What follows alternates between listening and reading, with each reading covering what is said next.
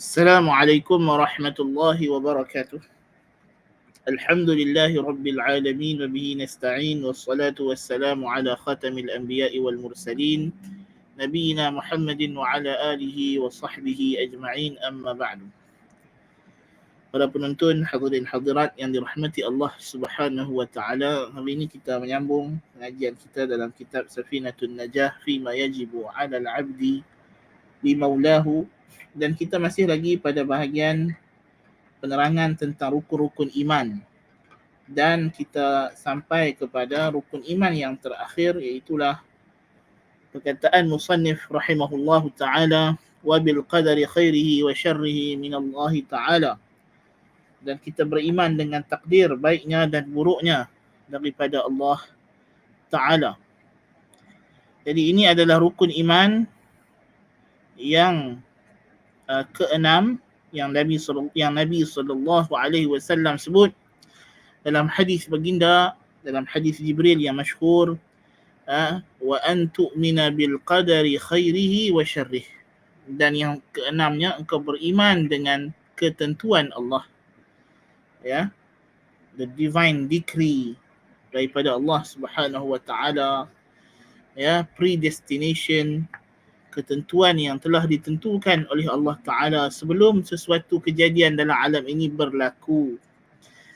Ya, sama ada kejadian yang menimpa kamu itu adalah kejadian yang baik pada anggapan kita atau nisbah kepada kita ianya baik, ataupun buruk, yakni nisbah kepada kita ianya benda buruk, kita kena yakin kesemuanya itu berlaku dengan ketetapan yang telah ditetapkan oleh Allah Subhanahu wa taala. Dan beriman dengan qada dan qadar disebut juga dengan beriman dengan qada dan qadar. Dan datang kalimah qada dan juga qadar dalam mentakbirkan rukun iman yang keenam ini, ya. Baik. Di sini kita akan membincangkan beberapa perkara yang menjadi elemen-elemen penting dan asas dalam rangka beriman dengan qada dan qadar.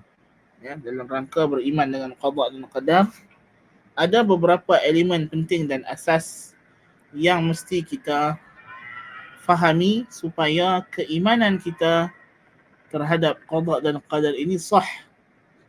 Ya. Yang pertama sekali ialah macam biasa kita akan ambil pengertian ta'rif qada dan qadar. Apa makna beriman dengan qada dan qadar ini? Makna beriman dengan qada dan qadar ini adalah al-imanu bi'ilmi Allahi sabiqi lil asya' wa kitabatihi laha fil lawhil mahfuz wa masyiatihi laha wa khalqihi laha. Iaitulah beriman, percaya, yakin dengan sepenuh jiwa dan raga, membenarkan dengan lisan, dan menzahirkan kepercayaan ini dengan anggota badan akan bahawasanya Allah Ta'ala itu mengetahui akan segala perkara sebelum ianya berlaku. Ini Allah Ta'ala mengetahui segala kejadian yang berlaku dalam alam ini sebelum ianya berlaku. Inilah yang paling penting dalam beriman dengan ilmu Allah. Kerana tidak ada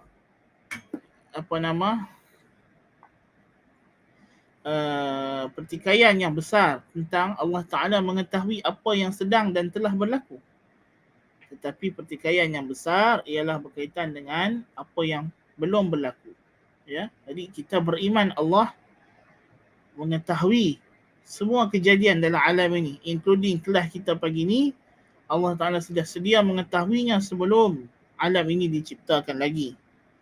Al-imanu bi'ilmi Allahi sabiqi lil asya', beriman dengan ilmu Allah yang terdahulu, yang mendahului sebelum sesuatu berlaku, dan Allah Ta'ala telah mencatatkan, merekodkan, menulis kejadian tersebut dalam catatannya, iaitulah dalam Al-Lawh Al-Mahfuz, the preserved tablet, ya, iaitulah dalam tempat catatan takdir yang dinamakan sebagai Al-Lawhul Mahfuz, papan catatan yang terpelihara, ya.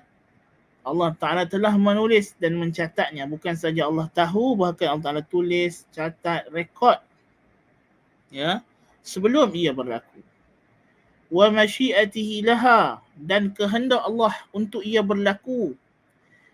Selain daripada kita percaya bahawasanya kejadian alam ini Allah Ta'ala sedia mengetahuinya sebelum ia berlaku, kita juga kena percaya dalam qada dan qadar ni bahawa semua benda dalam alam ni yang kata baik dan buruk tadi berlaku dengan kehendak Allah, by divine will. Dia berlaku dengan kehendak Allah Subhanahu wa Ta'ala. Bahawa semua yang berlaku dalam alam ni berlaku mengikut apa yang Allah Ta'ala kehendaki, mengikut cara yang dia tetapkan. Dan yang terakhirnya ialah wa khalqihi laha, dan beriman bahawa semua benda dalam alam ni dan kejadian alam ini adalah makhluk Allah, ciptaan Allah, ditentukan oleh Allah. Tidak ada yang menentukan kejadian alam ini kecuali Allah Ta'ala sahaja. Jadi kalau kita melihat kepada takrif beriman dengan qada dan qadar ini, ya, kita dapati bahawa qada dan qadar ini terbahagi kepada beberapa bahagian. Dan ia dapat dibahagikan kepada dua darjat. Beriman dengan qada dan qadar terbahagi kepada dua darajah, dua peringkat. Dan setiap peringkat mengandungi dua martabat, dua isu. Ya. So ini adalah cara yang senang untuk kita mengingati dan memahami bagaimanakah elemen-elemen atau kita sebut sebagai arkanul imani bil qada'i wal qadar. Rukun-rukun beriman dengan qada' dan qadar. Macam kalau kita bincang dulu beriman dengan Allah Ta'ala, terbahagi kepada beriman dengan rububiyah, uluhiyah, al-asma' wa sifat. Maka qada' dan qadar. Qada' dan qadar ialah peringkat yang kita sebut dalam beriman dengan Allah adalah rububiyah, di mana rububiyah terbahagi kepada beriman dengan wujudnya Allah Subhanahu wa Ta'ala, bahawa Allah lah pencipta, bahawa Allah lah pentadbir, dan Allah lah pemilik alam ini. Dan beriman dengan rububiyah bahawa Allah lah pencipta, pemilik dan pentadbir alam, inilah dia yang dinamakan beriman dengan qada dan qadar. So qada dan qadar ialah elemen yang kedua daripada dua elemen dalam beriman dengan rububiyah Allah. Yang pertama ialah beriman dengan kewujudan Allah Subhanahu wa Ta'ala, dan yang kedua beriman dengan penciptaan dan pentadbiran Allah Ta'ala terhadap alam ini yang dinamakan sebagai qada dan qadarnya, ketentuan dan hukum Allah Subhanahu wa Ta'ala terhadap kejadian alam ini. Sebab itulah sebahagian para ulama mengatakan bahawa usulul iman, rukun iman ini boleh dihitung dengan 5 perkara. Kerana qada dan qadar termasuk dalam beriman dengan Allah. Sebab itulah dalam Al-Quranul Karim tidak disebut secara jelas beriman dengan qada dan qadar serantai dengan ataupun beriringan dengan beriman dengan Allah, kitab, malaikat, rasul, hari akhirat. Kerana hakikatnya beriman dengan qada dan qadar ialah beriman dengan rububiyah Allah. Termasuk dalam firman Allah, Alhamdulillahi Rabbil Alamin, Ar-Rahmanir Rahim, Maliki Yawmiddin. So dia termasuk dalam package ini, bahawa Allah Ta'ala adalah Rabbul Alamin, yang memerintah, menjaga, mengurus atur kejadian alam, yang mengurus aturnya dengan rahmatnya. yang mana dengan belas kasihan dan simpati Allah lah kita ini diberi rezeki, diberi nyawa, diberi kesihatan, diberi segala macam nikmat. Maliki yaumiddin, dan dia yang memiliki hari pembalasan. Dialah yang menentukan apa yang berlaku. Ini semua beriman dengan rububiyah Allah Subhanahu wa ta'ala. Baik.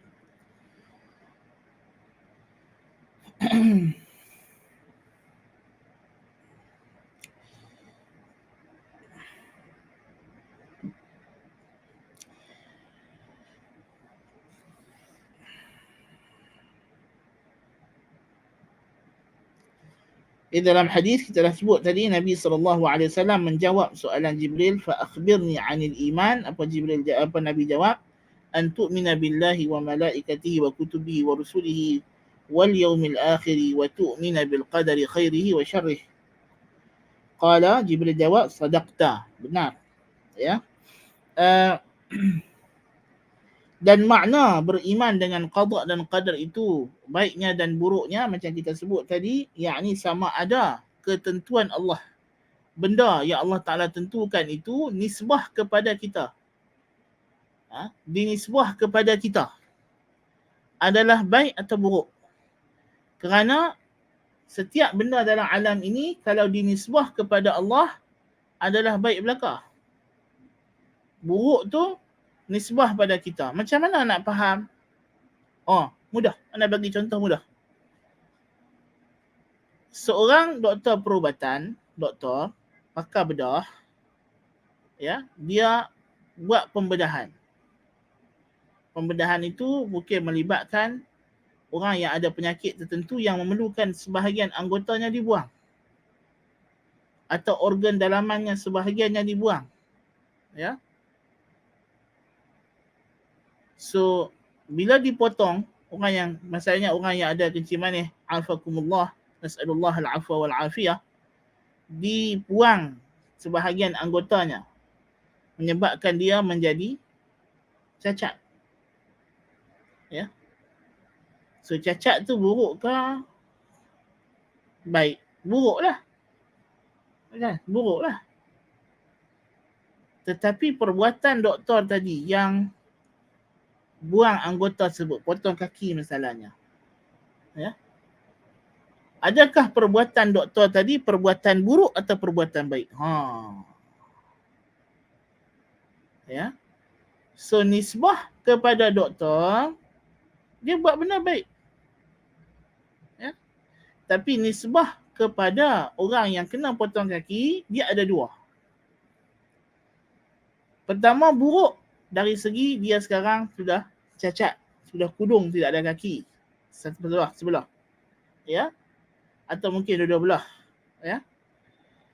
Tetapi dalam masa yang sama, dari sudut yang lain, ianya juga baik. Kerana dengan perkara tersebut telah menyelamatkan nyawanya daripada menyebabkan penyakit tadi lebih merebak masalahnya. Ya. So, di sinilah qada dan qadar Tuhan kita kena lihat dari segenap arah, dari segenap segi.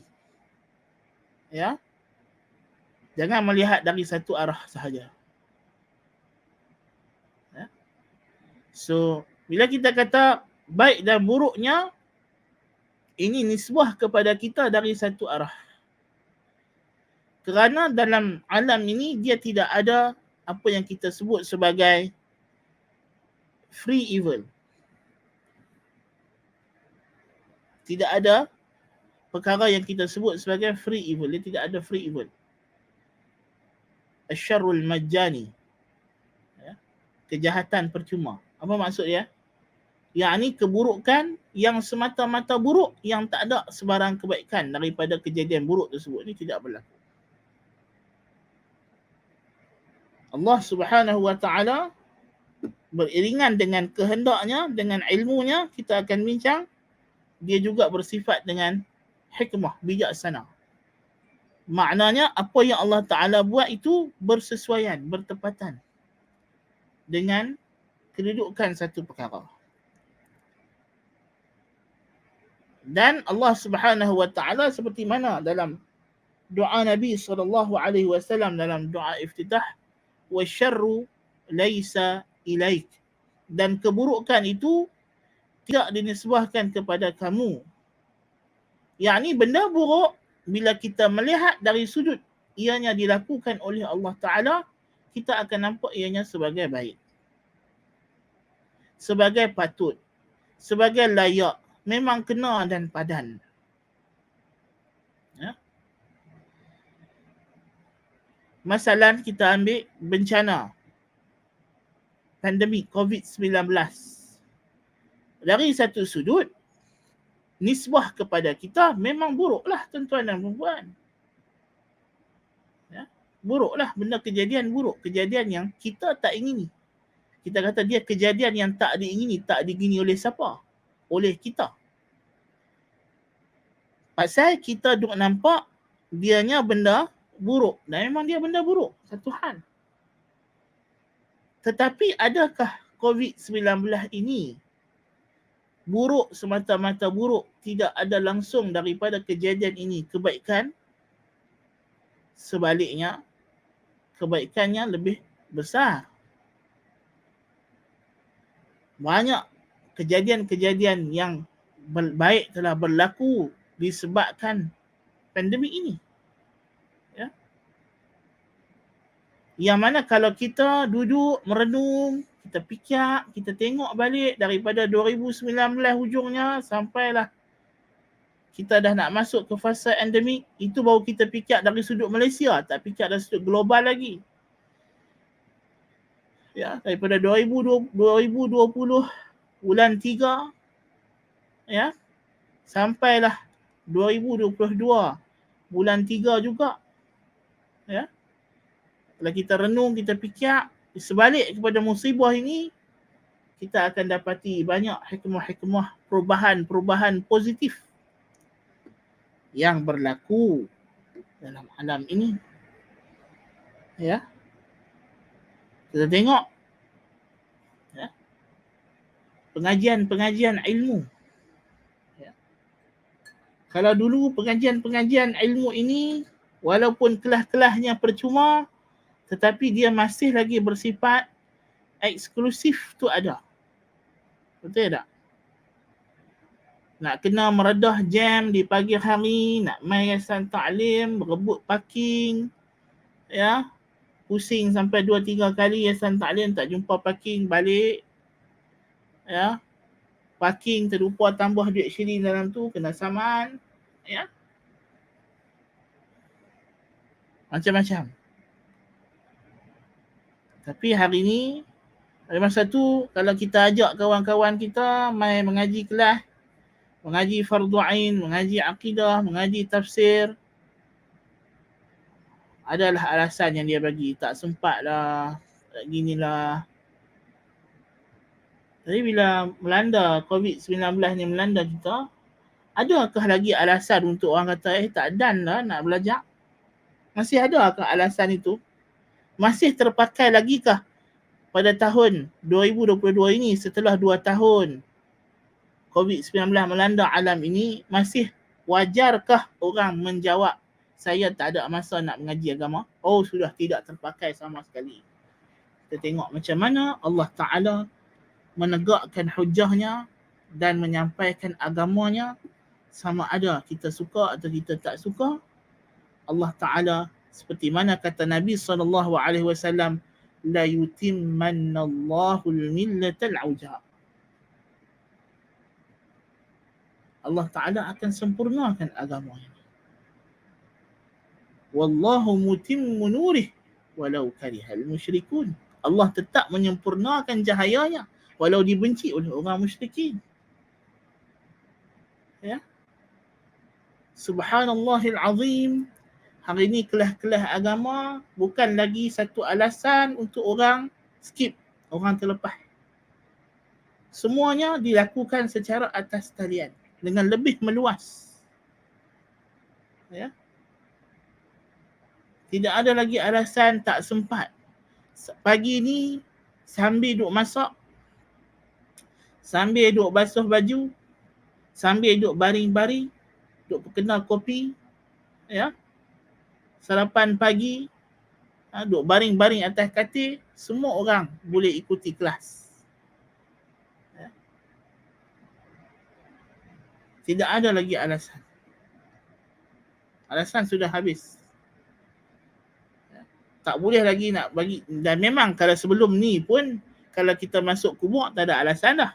Tetapi alasan itu semakin tidak lagi ada. Ya. Mungkin kalau orang yang mati sebelum COVID ini, kalau ditanya malaikat dalam kubur, dia buat loyak buruk, walaupun dia tetap akan dipukul dan dipalu dengan jawapan yang mengarutnya itu, tapi mungkinlah kita kata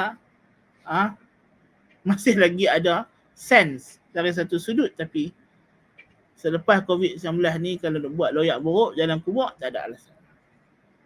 Tak masuk akal langsung. Ya, tak masuk akal langsung. Tang mana kelas apa yang kita tak boleh nak akses? Subhanallah. Subhanallah. Ya, dan tak ada lagi alasan. Itu satu sudut, itu baru satu cerita dari sudut ilmu agama, penyebaran ilmu agama. Ya. Orang yang dulu sibuk bekerja di luar, ya, hari ini dia sudah nampak bahawa dia tidak ada alasan, dengan alasan bekerja sibuk, dia tidak boleh bagi perhatian kepada keluarga dan sebagainya. Kerana benda tu boleh dilakukan. Ya, boleh dilakukan. Kalau dulu kita kata orang perempuan tak sepatutnya disuruh bekerja di luar rumah dan sebagainya, hari ini bekerja dari rumah bukan sahaja untuk orang perempuan, orang lelaki pun bekerja dari rumah. Jadi apakah masih ada alasan untuk menyuburkan budaya percampuran lelaki dan perempuan di pejabat-pejabat? Tidak ada alasan. Ya, atas alasan nak mesyuarat, kononnya lelaki perempuan duduk sebilik, sebelah menyebelah. Masih ada alasankah di depan Allah Ta'ala? Tidak ada alasan. Ya, sudah tidak terpakai lagi dan tak logik lagi. Ya. Maknanya benda tu boleh. Kalau dulu mungkin ada orang sengaja, dia rasa tak ada keperluan untuk dia gunakan teknologi ni. Ya. Kalau dulu sebelum COVID, orang tak kenal pun Zoom. Orang tak kenal pun apa segala teknologi yang ada. Tetapi dengan datangnya COVID, teknologi ini bukan sahaja dikenali, bahkan syarikat-syarikatnya telah menambahkan. Daripada kita dulu guna Zoom sampai sekarang guna StreamYard. Allahu Akbar. Ya, semakin maju. Ya. Masya Allah, tabarakallah. Ya. Kalau dulu lepas kelas nak kena tunggu berhari-hari, kadang-kadang sampai seminggu, 2 minggu, barulah recording itu akan dimuat naik ke laman YouTube. Tapi hari ni, sekejap lagi lepas kelas ni, cuah dia terus ada. Ya. Tak ada isu dah. Kan? Tak ada isu. Subhanallah. Subhanallah. Ya. Itu satu sudut. Pasal saya orang yang terlibat dalam dunia ilmu ini, dia melihat dari sudut itulah. Dan setiap orang akan melihat kebaikan yang berbeza-beza dari sudut mereka masing-masing. Apa boleh rasa. Ya, apa boleh rasa. Ya. Jadi ini adalah sekelumit kebaikan. Banyak lagi. Ya. Tak terhitung. Ya. Tak terhingga. Ya. Subhanallah. Jadi kita nak habaq kata dalam alam ni dia tidak ada the free evil. Free evil tidak ada. Semuanya berlaku, keburukan itu berlaku, di sebaliknya ada kebaikan. Ya.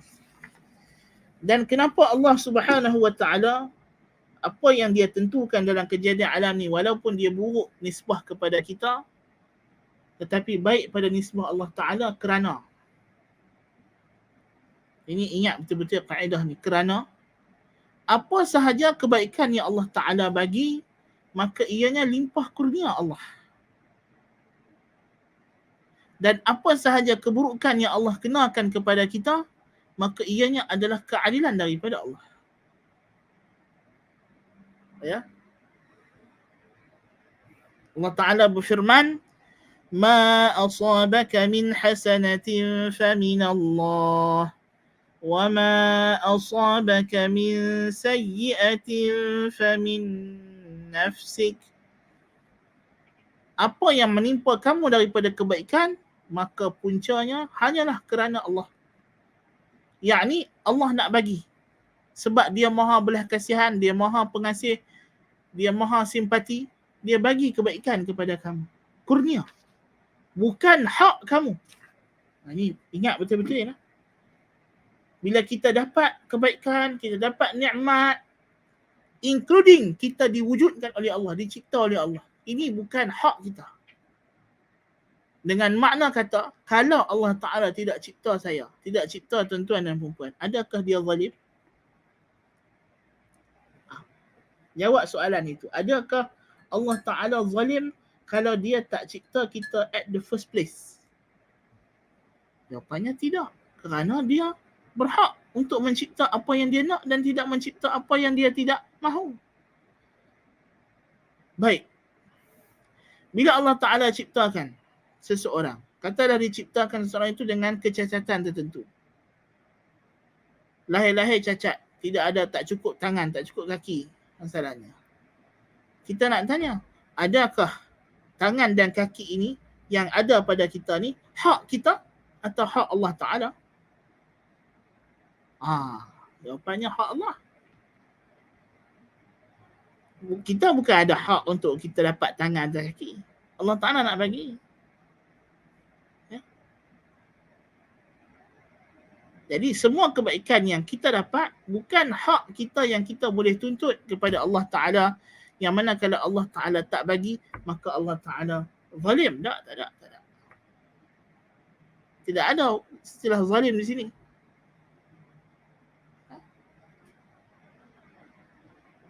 Kerana kita tidak dihalang daripada sesuatu yang sepatutnya milik kita. Dalam Nabi SAW kata, ma asabaka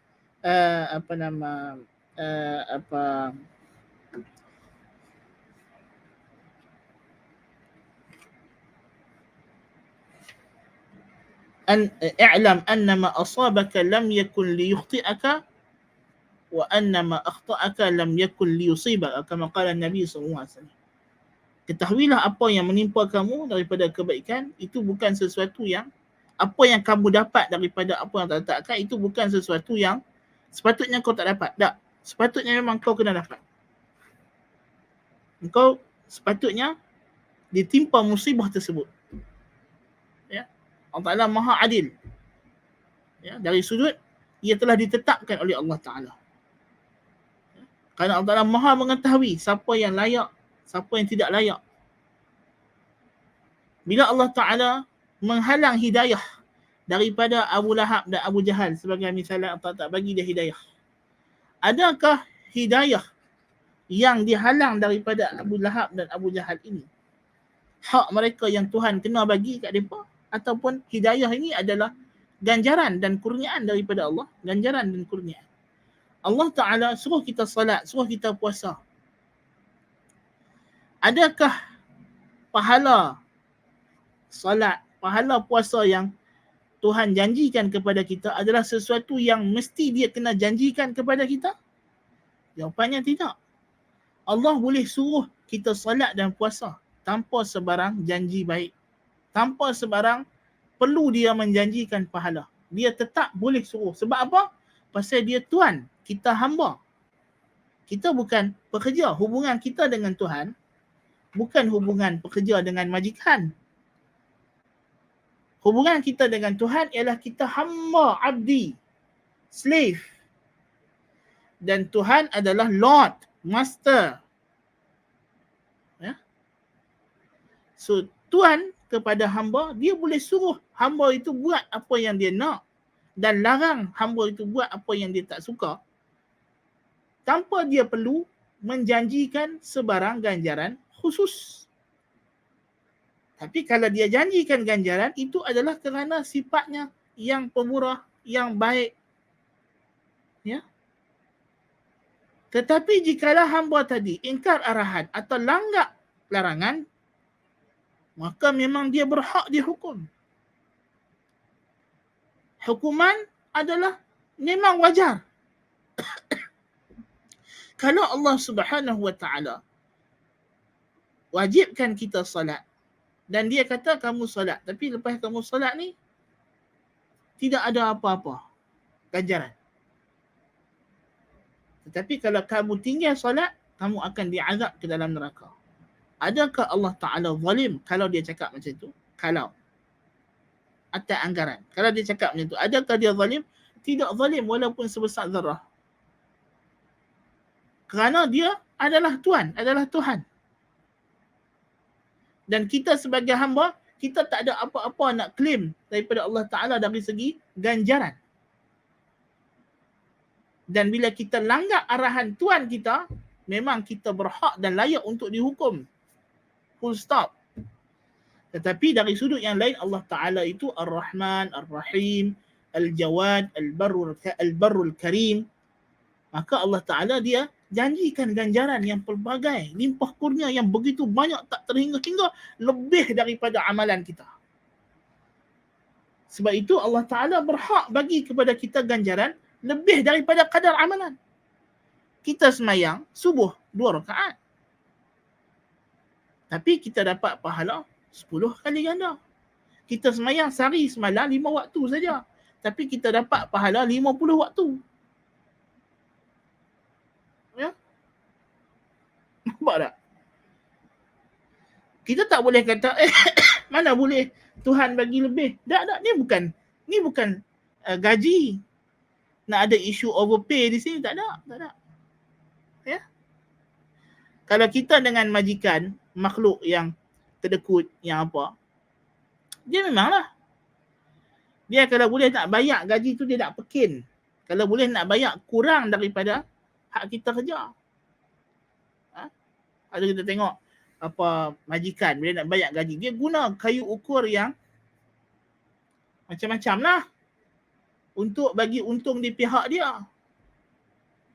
Ya, supaya dia tak perlu bayar gaji itu seperti yang dikehendaki. Dan manusia kok mana pun memang dia tak boleh nak bagi kepada kita gaji yang betul.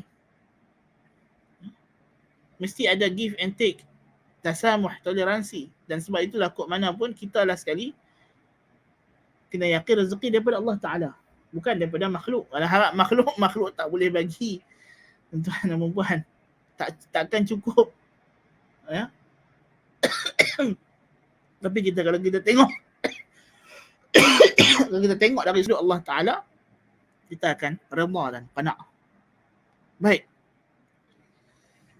Jadi ini relationship ini kita kena faham supaya kita tidak keliru dalam masalah qada dan qadar. Kerana qada dan qadar ni banyak orang keliru. Ya. Banyak orang keliru. Ya.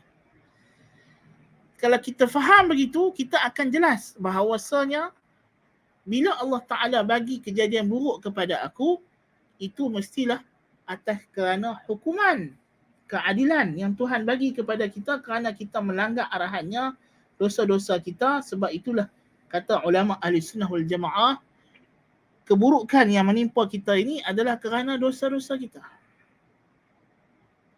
Ya, macam yang kita dah bincang bagi siapa yang follow kelas-kelas yang lain. Ya, kelas, especially kelas hari Selasa. Baru kita sebut sebenarnya. Minggu ni saja kita bincang. Ya. Jadi keburukan yang menimpa kita, yang kena pada kita daripada musibah, ini adalah keadilan Tuhan. Maka sebab tu dia baik di sisi Tuhan. Dari sudut Tuhan dia baik. Kerana dia hukuman yang setimpal atas dosa kita, kesalahan kita. Sebagai kita ni hamba, kita langgar arahan dia, kita pergi lawan cakap dia. Dan segala kebaikan yang kita dapat, nikmat-nikmat ni bukan hak kita untuk kita claim. Dia hanya menjadi hak kita setelah Allah Ta'ala janji. Kalau Allah Ta'ala tidak janji, dia bukan hak kita. Ya? Dia bukan hak kita. Dia menjadi hak kita kerana Allah janji. Bila Allah janji, Allah tidak akan mungkir janji. Itu je.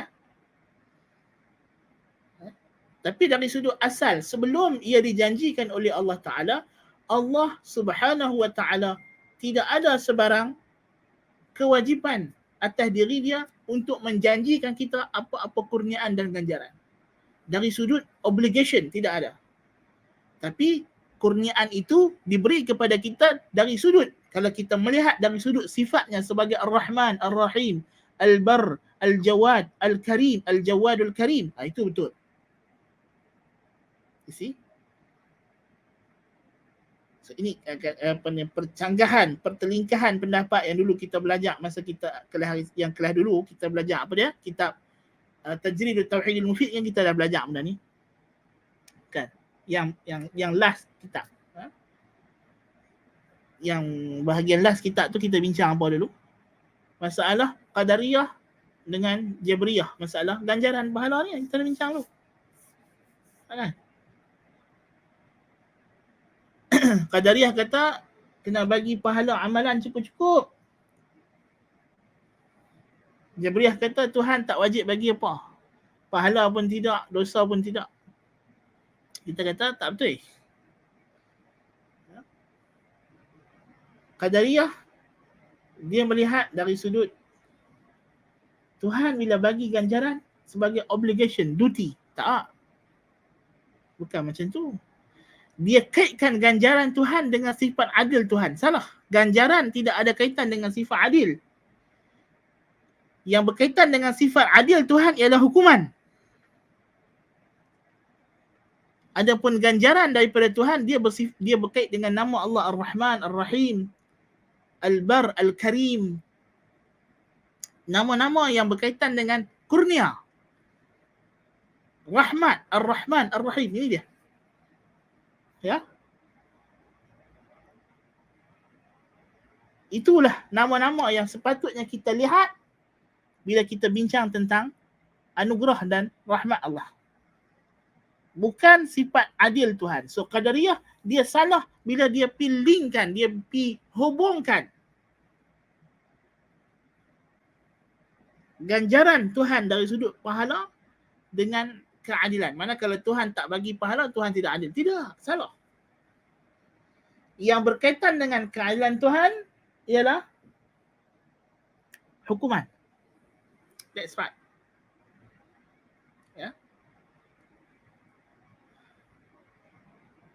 In a'ta fa bi fadlih. Kalau Tuhan bagi, itu adalah limpah kurnia. Tak ada kaitan dengan keadilan. Yang ini bukan tugas Allah Ta'ala. Bukan obligation atas Allah Ta'ala untuk bagi kepada kita apa-apa kurniaan.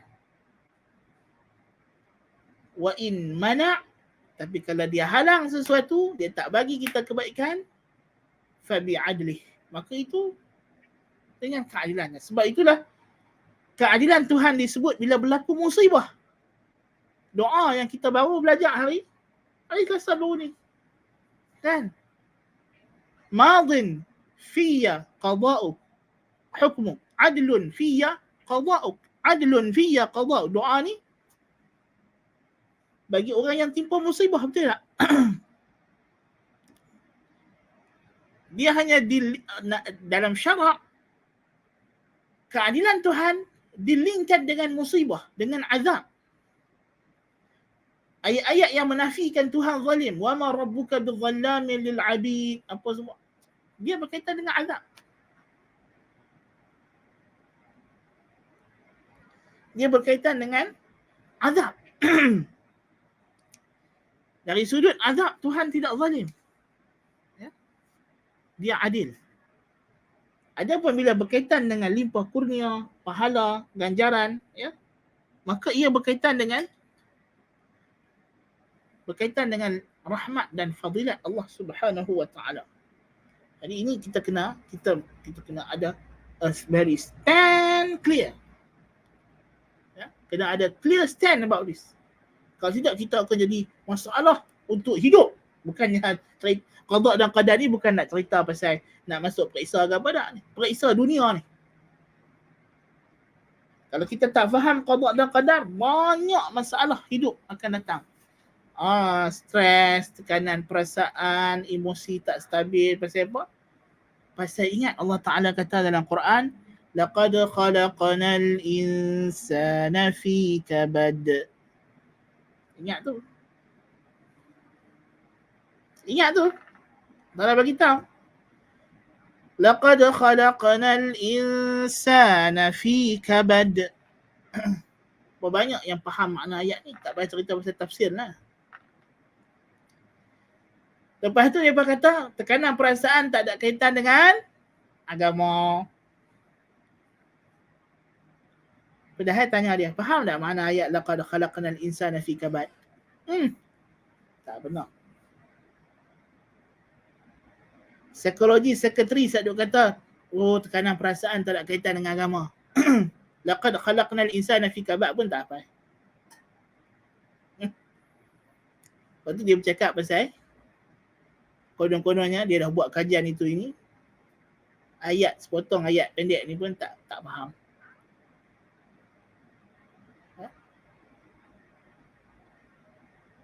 Tuhan ciptakan kita, Tuhan bagi tahu lagi. Dia ciptakan kita dalam ujian. Berbalut, berselubung dengan ujian, kesusah payahan. Maknanya kita kena expect kita akan ditimpa susah payah. Walanabluwannakum bisyai'in minal khawf. Walanabluwannakum. Faham tak kalimah walanabluwannakum ni? Di sini sumpah. Allah Ta'ala bersumpah. Dia pasti akan uji kita.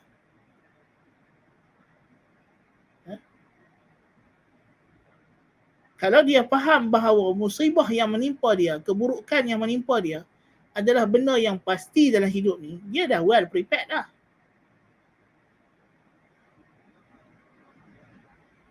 Untuk faham kata Tuhan tidak zalim pada dia. Dan memang dia bukan diciptakan oleh Allah Ta'ala untuk dapat kesenangan sahaja. Senang, Tuhan tak janji di dunia. Tuhan janji di akhirat, di syurga. Ya? Kalau dia beriman dengan qada dan qadar, adakah dia akan tertekan bila dia dapat musibah, bencana dan sebagainya? Dia tidak akan jadi isu menyalahkan Tuhan, menyalahkan takdir. Tidak ada. Kalau dia faham apa dia takdir. Masalah yang duk salahkan takdir ni, dia tak faham takdir pun apa. Dia tak faham pun kenapa dia diciptakan oleh Allah Ta'ala.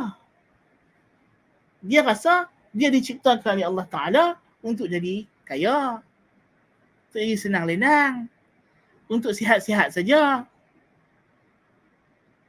Ya? Padahal salahlah. Dia bukan diciptakan untuk itu. Dia diciptakan untuk diuji sama ada yang baik ataupun yang buruk.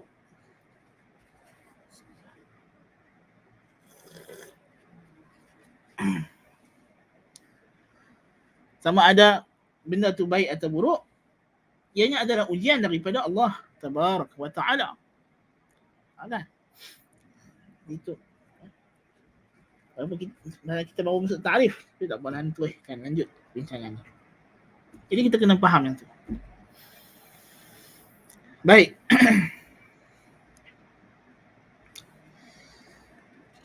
Kemudian kita sebut beriman dengan qada dan qadar tadi ada 4 martabat. 2 darjat, setiap satu darjat ada 2 martabat. Jadi semuanya 4 martabat, 4 peringkat.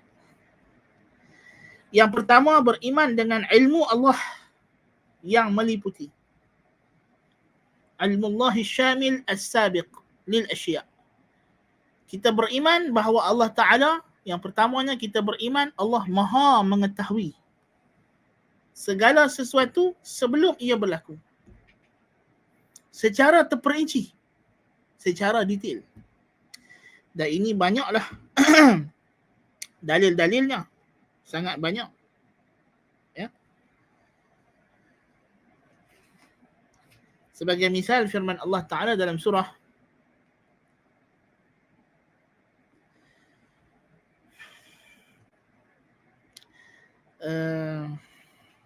ada banyak ayat ni, saya nak bagi ayat. Kita ambil dalil yang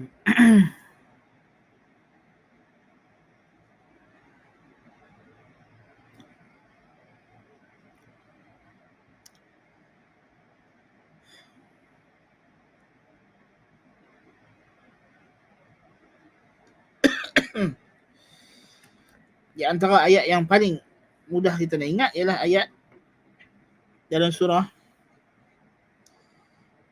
Al-Hajj. Ya, surah Al-Hajj ni dia ayat 70. Ya. Dia menghimpunkan dua derajat. Dua martabat dalam derajat yang pertama, iaitu Allah Ta'ala mengetahui dan Allah Ta'ala menulis, mencatat apa yang dia telah catatkan apa yang akan berlaku. Firman Allah Ta'ala, Alam ta'lam anna Allah ya'lamu ma fis samai wal ard. Inna dhalika fi kitab. Inna dhalika 'ala Allah yasir. Apa kamu tidak tahu bahawasanya Allah mengetahui apa sahaja yang berlaku di langit dan di bumi? Jadi Allah Ta'ala beritahu, dia tahu apa sahaja yang berlaku di langit dan di bumi. Sesungguhnya perkara tersebut tercatat dalam kitab. Sesungguhnya perkara tersebut amatlah mudah bagi Allah. Ya. Jadi ayat surah Al-Hajj ayat 70 ni menghimpunkan dua-dua peringkat sekali. Di antaranya ayat terakhir dalam surah Luqman. Allah Ta'ala berfirman, Inna Allah 'indahu 'ilmus sa'ati wa yunazzilul ghaitha wa ya'lamu ma fil arham. وَمَا تَدْرِي نَفْسٌ مَاذَا تَكْسِبُ غَدًا وَمَا تَدْرِي نَفْسٌ بِأَيِّ أَرْضٍ تَمُوتُ إِنَّ اللَّهَ عَلِيمٌ خَبِيرٌ. Ini 5 perkara yang Nabi SAW sabdakan, mafatihul ghaibi khamsun la ya'lamuhunna illallah. Simpanan ilmu ghaib itu 5 perkara yang tidak ada siapa tahu kecuali Allah. Apa yang telah disebut dalam ayat ini? Sesungguhnya Allah Ta'ala lah yang memiliki pengetahuan tentang berlakunya kiamat. Bila exactly kiamat akan berlaku, ini hanya Allah yang tahu. Ya. Wa yunazzilul ghaith, dia yang menurunkan al-ghaith, hujan setelah kemarau yang panjang. Bila hujan nak mai? Lepas kemarau. Hujan hari-hari biasa ni kita tahulah, tak ada bagi tanda-tanda. Tapi katalah berlaku kemarau panjang, hujan lama tak mai. Bila nak mai hujan balik tu? Ya. Even hujan yang hari-hari ni pun, al-ghaith ni pun kita tak tahu. Kita hanya boleh predict bila dia dah nak jadi ataupun sedang berlaku, bukannya dia belum berlaku. Kita tahu hujan bila kita dah nampak angin duk mai, awan duk berkumpul. Itu dah proses kejadian hujan dah.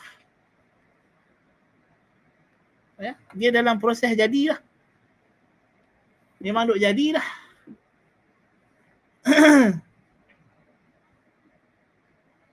Kan? Adapun sebelum jadi, kita tak tahu. Kita tak tahu. Ya? Pukul berapa? Kita tak tahu. Ya? Wa ya'lamu ma fil arham, dan Allah yang tahu apa yang dalam rahim perempuan. Orang perempuan mengandung, pergi cek doktor, mengandung dah sebulan, 2 bulan. Ada hak tak tahu beranak ya, tak tahu tak sedap pun kata mengandung. Ada lah jadi, ada. Kan? Ha. Padahal dalam perut dia, pergi cek dekat doktor, dah sebulan dah mengandung. Ya. Dah 6 minggu dah mengandung. Tahu. Tak ada siapa tahu. Kan? Bila nak lahir? Doktor habaq lah sekian hari bulan. Tapi tanya doktor, pukul berapa doktor? Senang nak tahu. Boleh habaq tak hari bulan ni pukul berapa? Doktor kata hari bulan yang saya habaq ni pun belum tentu lagi. Boleh jadi awal, boleh jadi lambat. Kan?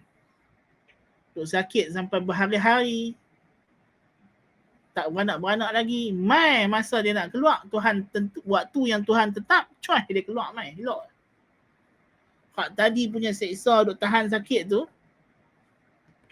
cukup waktu dia, sampai masa dia, cuai mai dia keluar, elok. Pasal apa? Lambat seminit pun tidak, awal seminit pun tidak, daripada waktu hak Tuhan tetap. Nampak tak? Wa ya'lamu ma fil arham. Nasib keadaan janin tersebut macam mana, hidup tak hidup, ya? Dituliskan rezekinya, ajalnya, amalannya. Nah ni, pergi scan pakai jenis scan apa pun kita tak akan tahu. Ya? Ajal anak kita, rezeki dia, ni semua ghaib. Wa ma tadri nafsum madza taksibu ghada. Ini lebih lagi. Tidak ada satu orang yang tahu apa yang dia akan buat esok hari. Kita tak tahu esok ni kita akan buat apa, kita tak tahu. Bukan kata esok ni saat lagi, cuah lepas ni. Lepas habis kelas ni nak buat apa. Kita boleh merancang, tapi hakikat yang akan berlaku kita pun tak tahu. Wa ma tadri nafsun bi ayyi ardin tamut. Tidak ada yang tahu di negeri mana dia nak mati, di bumi mana dia tak tahu, di tanah yang mana. Tak ada siapa tahu. Ajal dia. Innallaha alimun khabir. Sesungguhnya Allah Maha tahu, terperinci pengetahuan. Khabir. Jadi ayat ni jelas menunjukkan Allah Ta'ala tahu apa yang belum jadi. Terperinci. Dan dalam hadis Nabi sallallahu alaihi wasallam, Nabi bersabda, kataballahu maqadir al-khalaiq qabla an yakhluqa as-samawati wal-ard bi 50,000 sanah. Qala wa 'arshuhu 'ala al-ma'. Sabda Nabi sallallahu alaihi wasallam, Allah telah menulis takdir makhluknya sebelum dia menciptakan langit dan bumi 50,000 tahun sebelum dia menciptakan langit dan bumi. Dia 50,000 tahun, ukuran masa macam mana kita pun tak tahu. Pasal masa tu bukannya ukur masa dengan matahari bulan ni, bukan. 50,000 tahun yang macam mana kita pun tak tahu. Kan? Sebelum Tuhan cipta langit dan bumi, Tuhan sudah tulis semua kejadian yang akan berlaku. Menunjukkan dia sudah sedia mengetahuinya. Dan ini juga dalil bahawa Allah Ta'ala menulis, mencatatkan kejadian alam.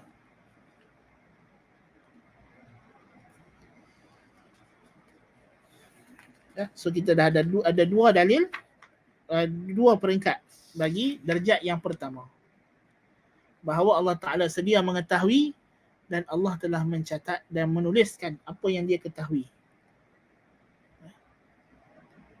So kita kena faham, ya. Mengetahui ilmu Allah itu Allah Ta'ala tidak ada mula.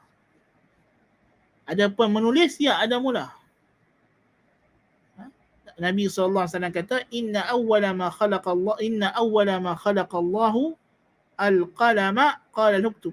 Sejurus Allah Ta'ala mencipta al-qalam, Allah kata tulis. Qalam tanya, apa yang aku nak tulis? Uktub ma huwa kainun ila yaumil qiyamah. Tuhan kata tulis apa yang akan berlaku sampai hari kiamat. So tulis itu berlaku setelah Allah Ta'ala ciptakan al-qalam. Nah, darjat yang kedua, ada dua martabat, iaitulah masyiah, kehendak Allah yang pasti terlaksana, dan penciptaan Allah Ta'ala, bahawa kita yakin semua yang berlaku dalam alam ini dicipta oleh Allah Azza fi'ulahu. Ya.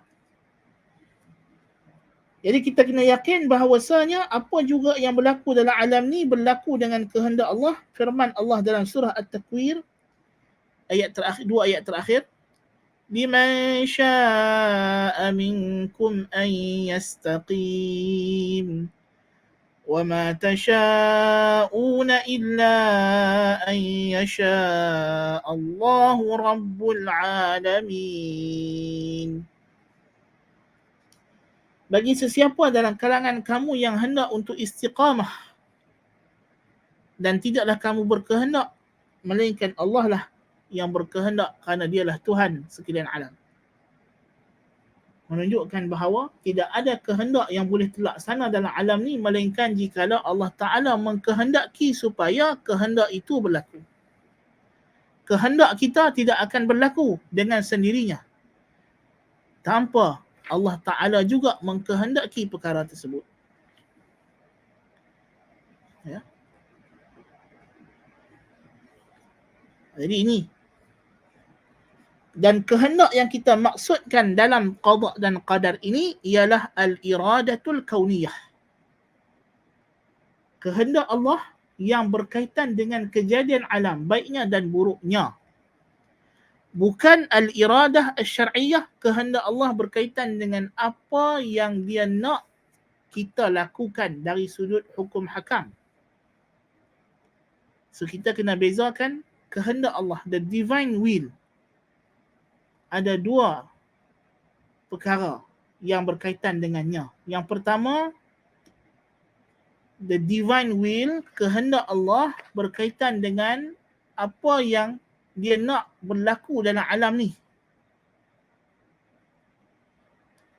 Yang ini kita panggil al-iradah al-kauniyah yang disebut sebagai al-masyiah.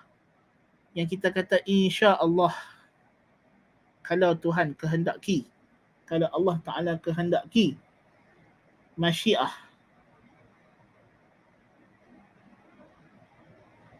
Yang kedua, iradah Allah Ta'ala, kehendak Allah berkaitan dengan hukum hakam. Apa yang dia nak kita buat dan dia tak mau kita buat. Suruhan dan larangannya.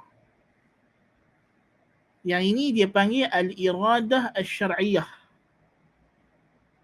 Kehendak syar'i yang berkaitan dengan hukum hakam syarak. Kehendak yang pertama, iradah kauniyah, tidak berkaitan dengan mahabbah. Tidak beriringan dengan cinta. Bukan semua yang Allah Ta'ala nak ianya berlaku dalam alam ini, Allah Ta'ala suka. Boleh jadi Allah Ta'ala benci benda tersebut pada zatnya. Tetapi Allah Ta'ala jadikan ia kerana hikmah kebijaksanaannya yang kita mungkin tak tahu dan kita tak akan capai. Kerana keburukan yang dia takdirkan itu, yang dia sendiri tak suka, tetapi dengan berlakunya keburukan itu, akan berlaku sesuatu lain yang dia suka. Yang tu sebab tu kita kata daripada awal tadi, dalam alam ni tidak ada keburukan yang percuma. Free evil tidak ada. Kerana keburukan yang Tuhan kehendaki, bukan dia nak benda buruk tu, tetapi kebaikan yang akan berlaku daripada keburukan tersebut. Tuhan benci iblis. Tapi pasal apa Tuhan cipta iblis? Kerana kebaikan yang terhasil daripada adanya iblis ini yang Tuhan kehendaki. Bukan Tuhan nak tang iblis tu. Ha?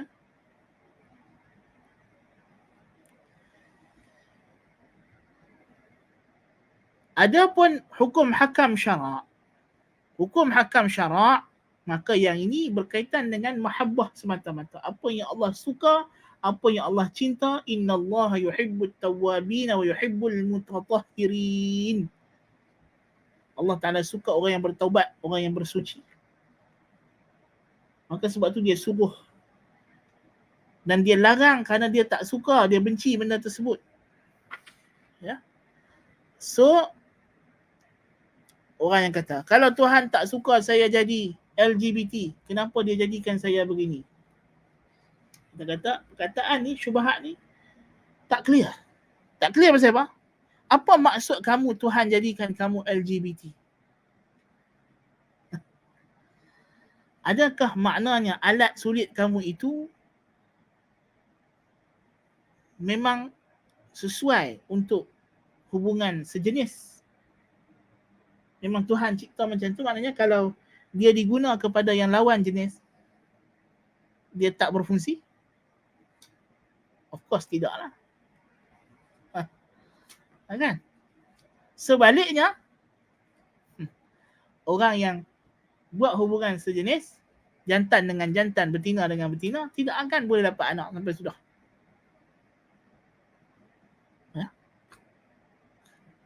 Jadi tang mana yang dia kata Tuhan yang nak dia jadi macam itu? Kita kata Allah Ta'ala uji. Allah Ta'ala ciptakan kamu, manusia ini seluruhnya, kita ni diciptakan Allah Ta'ala untuk diuji. Untuk diuji. Dan Tuhan bagi kepada kita kebolehupayaan untuk melakukan benda baik dan buruk. Sebab itu Allah Ta'ala dah bagi tahu daripada awal, dia ujian ni bukan sahaja benda buruk, tetapi juga benda baik. Allah sebut dalam surah Al-Anbiya ayat ke-35, firman Allah, kullu nafsin dha'iqatul maut wa nabluukum bisyarri wal khairi fitnah wa ilayna turja'un. Semua jiwa yang bernyawa akan merasai mati dan kami uji kamu dengan keburukan dan kebaikan sebagai fitnah, pancaroba hidup. Dan kepada kamilah kamu akan dikembalikan.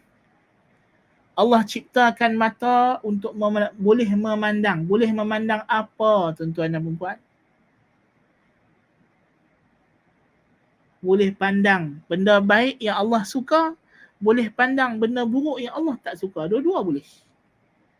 Allah Ta'ala cipta telinga untuk mendengar. Boleh mendengar. Dengar apa, tuan-tuan dan puan-puan? Dengar Quran sajakah? Dengar kelas mengaji sajakah? Maknanya sehari kalau kita buka muzik, dengar orang mengumpat, telinga kita tiba-tiba jadi pekak ke? Tak. Dua-dua boleh dengar.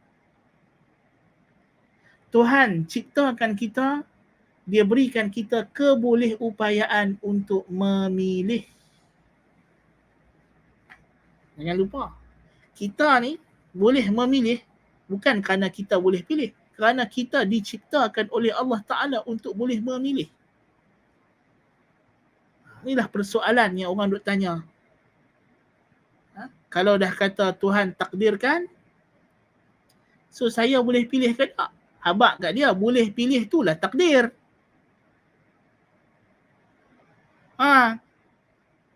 Takdir tu bukan maksudnya satu arah sahaja. Siapa kata? Takdir dia ialah Tuhan takdirkan kamu boleh memilih, ada kemampuan untuk memilih. Sebab itu kamu disuruh oleh Allah untuk menggunakan kemampuan kamu itu untuk memilih yang baik.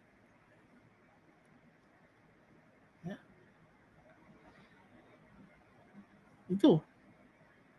Itu adalah benda yang kita kena faham asas. Tidak ada kontradik di antara kita punya free will, free choice, pilihan bebas kita. Bebas di sini maknanya tidak ada paksaan. Memang Tuhan tak paksa. Kerana pasal apa dia nak paksa? Dia boleh ciptakan kita ikut kehendak dia. Dia tak perlu paksa.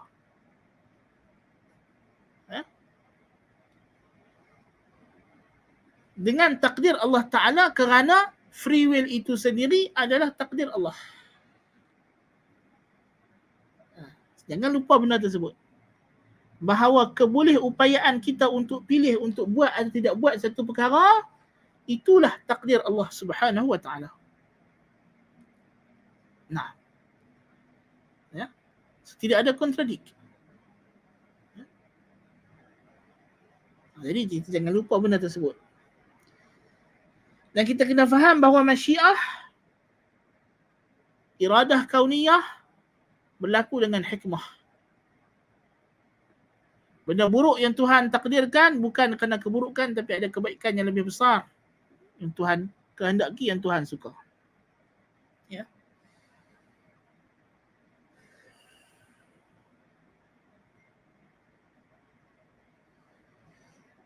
Yang keempat,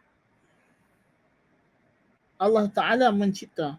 Firman Allah dalam surah As-Saffat ayat 96, Wallahu khalaqakum wa ma ta'malun. Allah lah yang menciptakan kamu dan apa yang kamu lakukan. Perbuatan kita ni makhluk Allah. Kita buat, ya, kita buat. Saya bercakap, saya melihat, saya mendengar. Ya, sekarang ni saya, tangan saya yang bergerak. Tapi siapa cipta pergerakan saya? Allah. Sebab Allah. Iyalah, saya boleh bercakap, saya boleh melihat, saya boleh mendengar, saya boleh menggerakkan tangan. Yang pertama sekali, mata, telinga, tangan ni siapa cipta? Mulut ni siapa cipta? Tuhan cipta. Kan? Lepas tu, saya bergerak, saya melihat, saya bercakap dengan apa? Dengan kudrah, kemampuan dan iradah, kehendak yang Allah Ta'ala ciptakan untuk saya. Kudrah dan iradah itu sendiri dicipta oleh Allah pada kita. Jadi, apa yang terhasil daripada kudrah dan iradah ini adalah makhluk Allah. Simple. Bila kita tekan switch remote control, drone bergerak. Yang bergerak itu drone. Tapi siapa yang menggerakkan? Kita lah. Ya? Siapa yang ciptakan drone tu boleh bergerak? Robot boleh bergerak. Manusia yang buat. Tapi ketika robot yang kita cipta untuk dia bergerak, vacuum robot dia bergerak. Dia yang bergerak, bukan kita. Masa dia bergerak. Tapi ability, kebolehan dia untuk dia bergerak itu, siapa yang buat, siapa yang susun bagi dia boleh bergerak macam itu? Bukan dia yang buat. Kita lah. Demikianlah pergerakan kita adalah dicipta oleh Allah, walaupun pergerakan itu ialah kita yang bergerak, kita yang berjalan. Kalau benda tu buruk, kita yang buat. Kalau benda tu baik pun, kita yang buat. Kitalah yang salat, kitalah yang puasa, kitalah yang mengeluarkan zakat. Dan kalau yang mencuri pun, manusialah yang mencuri. Manusialah yang merompak, manusialah yang berzina. Betul. Tapi siapa yang mencipta kebolehupayaan untuk dia buat benda ni? Allah Subhanahu Wa Ta'ala. Maka perbuatan itu makhluk Allah, berlaku dengan izin Allah, kehendak Allah. Balik kepada perincian masyiah tadi. Nah, so inilah 4 martabat takdir yang kita kena fahami asasnya. Dan bahawa takdir tidak ada kontradik dengan kehendak manusia. Ya, bahkan kehendak manusia itu daripada takdir Allah Subhanahu Wa Ta'ala. Jadi kita bercukupan sekadar itu dulu. Aqulu qawli hadha wa astaghfirullahal azim li wa lakum. Subhanakallahumma bihamdika asyhadu an la ilaha illa anta astaghfiruka wa atubu ilaik. Mungkin kalau ada soalan pun dah tak sempat nak jawab sebab masa dah melebihi. Kita tangguhkan majlis kita dengan tasbih kafarah. Subhanakallahumma bihamdika asyhadu an la ilaha illa anta astaghfiruka wa atubu ilaik. وصل اللهم على محمد النبي الأمي وعلى آله وصحبه أجمعين. السلام عليكم ورحمة الله وبركاته.